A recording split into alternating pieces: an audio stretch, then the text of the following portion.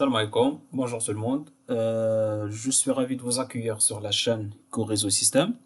Je suis Ahmed Abdellaoui et aujourd'hui on va voir un lab relativement simple du protocole de routage BGP. Alors le schéma qu'on voyait avec nous, il se compose de quatre routeurs. Quatre routeurs. Le protocole ou bien l'autonomous système qu'on va utiliser, c'est numéro 254. Donc, ce qu'on va voir aujourd'hui, c'est le protocole BGP, mais la notion de, ou bien le internal BGP. Donc, on va travailler sur le même autonomous system. Alors, un petit rappel. Donc, le external BGP, c'est le protocole de routage qui est utilisé entre deux autonomous systems, ou bien deux opérateurs, ou bien en général, c'est ça l'utilisation, son utilisation. Pour le internal BGP, donc, on va voir par la suite. Donc, le internal BGP, c'est des routeurs donc, qui font partie du même autonomous system. Donc, on va voir les cas de figure ou bien les use cases euh, pour avoir ou bien pour utiliser le protocole de routage eBGP. Donc, ça, c'est le schéma. On va le mettre, on va le réduire ici. Donc, le simulateur que j'utilise, c'est EVNG. Donc ici, j'ai essayé de mettre le même schéma. Donc ici, je vais mettre aussi notre document avec les tasks qu'on va faire. Et ici, j'ai déjà les consoles des équipements. Alors, la question, c'est, elle nous demande sans configurer le peer groups. Donc, c'est le groupement des routeurs. On va configurer le BGP sur les quatre routeurs R1, R2, R3 et R4 selon selon ces consignes. Donc, statiquement, on va configurer premièrement le router ID. Donc, l'exemple qu'on va utiliser, c'est 1, 1, 1 pour le R1, 2, 2, 2 pour le R2 et ainsi de suite. On va, donc, comme vous le savez, bien, on peut spécifier l'interface avec laquelle on veut notre routeur établit la session de BGP avec le voisin BGP. Donc ici, l'exigence, bien, il exige dans la question que l'interface physique soit la source et non pas une interface logique. Donc après, voilà, c'est exactement les questions. Il suit le schéma. Donc le R1 doit être connecté au R2 et au R3 en même temps. R2 juste avec donc R2 ici, il a une seule connexion ici. Le R3, donc, il a double connexion avec R1 et R4. Et aussi, finalement, il reste le R4 qui doit être connecté juste avec le R3. Donc, ici, il demande aussi que le mot de passe, ou bien la communication entre les routeurs soit chiffrée en MD5 en utilisant le mot de passe CCMP en majuscule. Le BGP, on va aussi changer les timers par défaut vers ces timers exigés qui sont de 5 secondes. Le hold down timers doit être 15 secondes. Et aussi, on doit should be supported. Donc, on va rajouter la commande pour supporter la communauté standard. Donc, je vais commencer. Donc, ici, je vais voir la configuration qui est déjà mise en place. Donc, il n'y a rien. C'est juste que je viens de déclarer tout à l'heure le routeur BGP. Donc, je vais refaire la grande configuration. Donc, pour configurer, on fait routeur BGP et ici, on spécifie le numéro de Autonomous System qui est 254 selon le schéma. Après, on va configurer le RID, ce qui était la première question. Pour le faire, on fait BGP router ID. Donc voilà, il est spécifié comme ça. La deuxième question, c'est voilà. Voilà. Mais avant, on va spécifier d'abord les neighbors. Donc R1 doit avoir une connexion bien voisinage avec R2 et R3.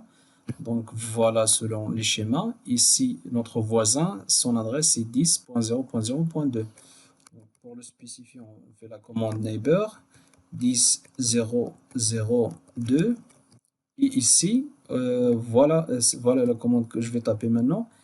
C'est avec laquelle on spécifie que notre voisin, c'est au même autonomous system ou bien externe. Donc, remote AS, eh bien, remote autonomous system.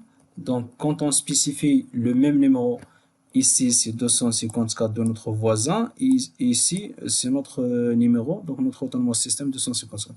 Quand on spécifie le même numéro pour le voisin et notre process, ou bien notre autonomous system ID, donc ça veut dire qu'on veut utiliser le internal BGP.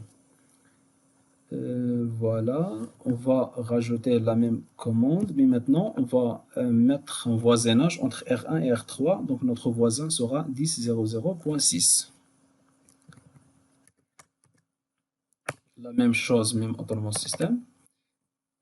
Et aussi, la question qui était avant, c'est que la source doit être l'interface physique. Donc, on va refaire la même commande et au lieu du mode AS, on va update dash bien tirer source. On va spécifier dans notre cas, c'est avec R2, ça va être Fast Ethernet 0.0. Et pour notre voisin le R3, ça va être 1/0. Donc, update. Donc, si on fait un point d'interrogation, donc on descend jusqu'à U. Voilà. Donc, update source of routing updates. Donc, les mises à jour. Donc, update source, ça va être 1/0. L'autre question, donc on continue d'abord avec le R1. L'autre question, c'est quoi? C'est de spécifier le mot de passe. Donc, on revient toujours à notre voisin. C'est la même commande, neighbor 10.0.0.2, password, ccmp. On va faire la même ccmp. Donc, comme vous voyez, c'est comme on reçoit des messages d'erreur, no MD5 digest. Ça veut dire quoi? Ça veut dire que on n'a pas, parce que tout simplement, c'est logique d'avoir ce message. Donc, c'est bon. Donc, juste un petit rappel des commandes qu'on vient de taper. Donc, on fait do char1 section BGP. Ça va nous afficher toutes les commandes qu'on vient de spécifier. Donc, voilà. Maintenant, on va faire la même chose sur le deuxième routeur. Donc, on va y aller un petit peu plus rapide. Parce que juste, on va répéter. Donc, pour gagner du temps, on va faire l'opération juste sur le routeur 2. Et donc, la même chose, il faut faire dans le R3 et R4. Donc, pour que la vidéo ne soit pas très longue. Alors, le routeur BGP 254.0.0.1. Donc, on vient de configurer le R1. Maintenant, on est sur le R2. On va configurer le voisin, c'est le R1. Il a juste un seul voisin. Donc, remote AS 254. Après, on va spécifier la source la source de communication comme indiqué dans la question, c'est update source. Donc, ça va être selon notre schéma réel, c'est Fast Ethernet 0.0. Donc, on va spécifier le mot de passe pour qu'il matche, qu'il soit la même chose sur les deux. Donc, password CCNP. Après, on va changer les timers. Ils doivent être la même chose sur les routeurs. Donc, timers. 5 pour hello timers. And 15 pour le hold down. Donc, après 15 secondes, si on ne reçoit pas de message de notre voisin, il va le déclarer comme down. Quoi d'autre? On va sur standard. Alors, voilà. Voilà, c'est ce qu'on cherche. Donc, comme vous voyez, mettre la commande show IP routes ou bien show IBGP summary. On voit bien que notre voisin, c'est le 10.0.0.1, c'est le R1. L'autonomous system, c'est 254. Ici, c'est les messages envoyés et reçus. Et ce qui est très important, c'est que on voit ici, depuis combien de temps la communication, bien, il est up. Donc, il était 16 secondes. Il doit être plus maintenant, 36 secondes.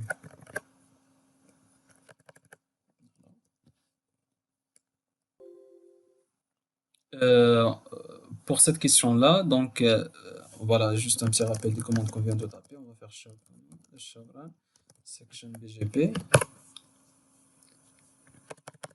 Voilà, donc on a spécifié le voisin et on a spécifié le Remote Autonomous Systems 254, ça veut dire on est dans le même Autonomous System, ce qui veut dire qu'on utilise le iBGP ou bien Internal BGP.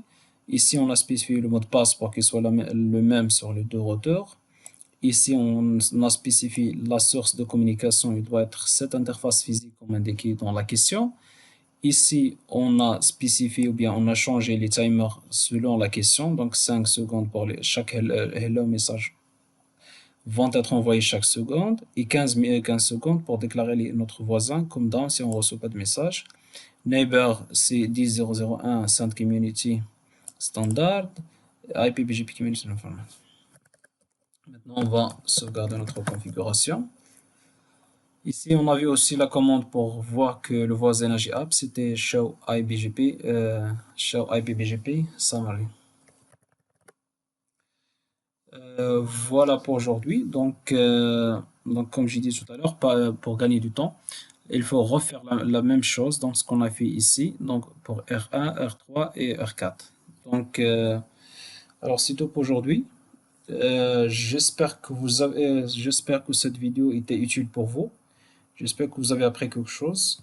Et à bientôt et avec un nouveau lab. Merci encore une fois et au revoir.